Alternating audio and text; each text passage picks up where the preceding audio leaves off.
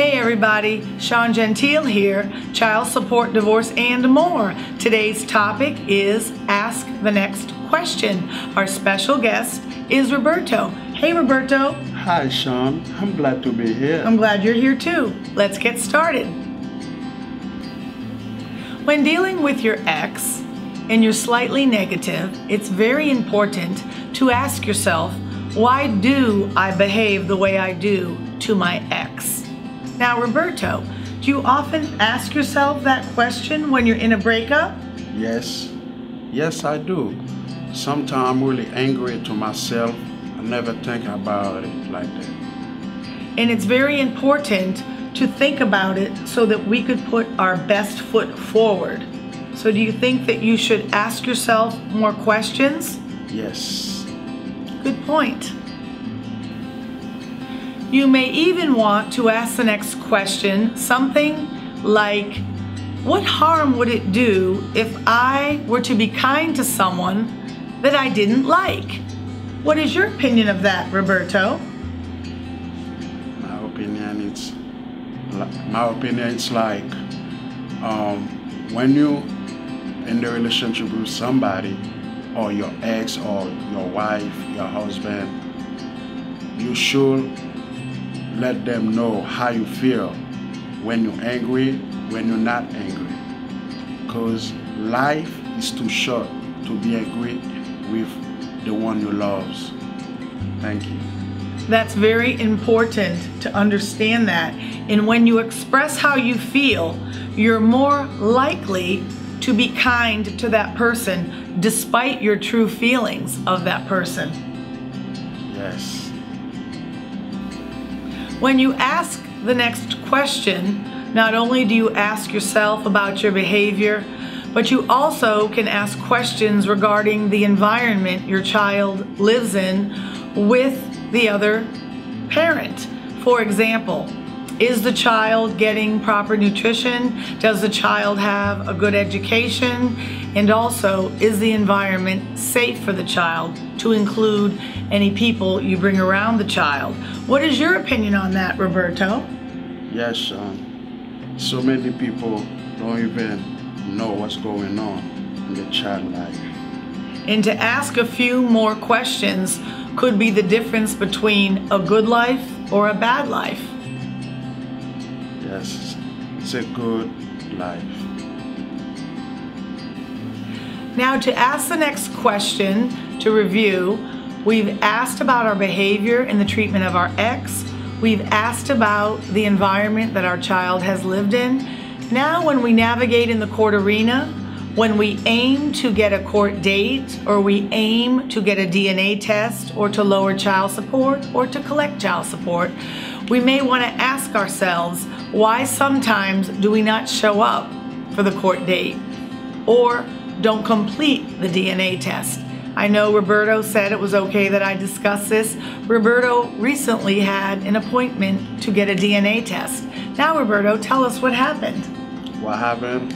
Me and my baby mama and my son, we went to the lab coat, and when I asked the lady at the lab coat, she told, and I asked the lady how much for the DNA test. She told me it's $500, and I didn't have enough money. I only have $300 in my pocket, and I asked the lady, I only have $300. What can I do? She said she can do nothing for me. Okay, Roberto, I like that input that you gave, and I'd like to do a tip right here. You did ask the next question to the lady at the LabCorp. However, these questions need to be asked at the proper time. So not only do you have to ask the next question, they need to be timed properly. So the question that we would ask if we have appointments, is there a cost to it? How do I need to be prepared to go to the meeting? So if you do some work ahead of time with the proper questions, you would come out completing your goal with shining colors. Another important aspect when you navigate around in your community, be it at the courts, be it at the child support office, is just your daily life, knowing your plan when you encounter disgruntled people. It happens so often. So to come out with shining colors, it would be good if you have some general questions prepared, so that when you meet someone and you know that it may cause you to get angry or sad or even feel betrayed, you can always have some general questions so that we don't get in a frenzy of overreactions. For example, if you know that you go through something simple as drive-thrus and sometimes the order's wrong, you could naturally ask the person, please give me a moment. I'd like to check everything. Did you remember to put this in the bag? You can just have some general questions so you know that no matter what you feel, you'll be asking these questions. Sometimes you have to wait when you're purchasing items at a store.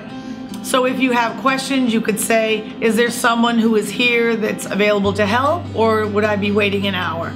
And then just leave it at that so that you don't overreact and start swearing and whatnot. So these are things to know as you navigate in your community, and you can apply it to anything.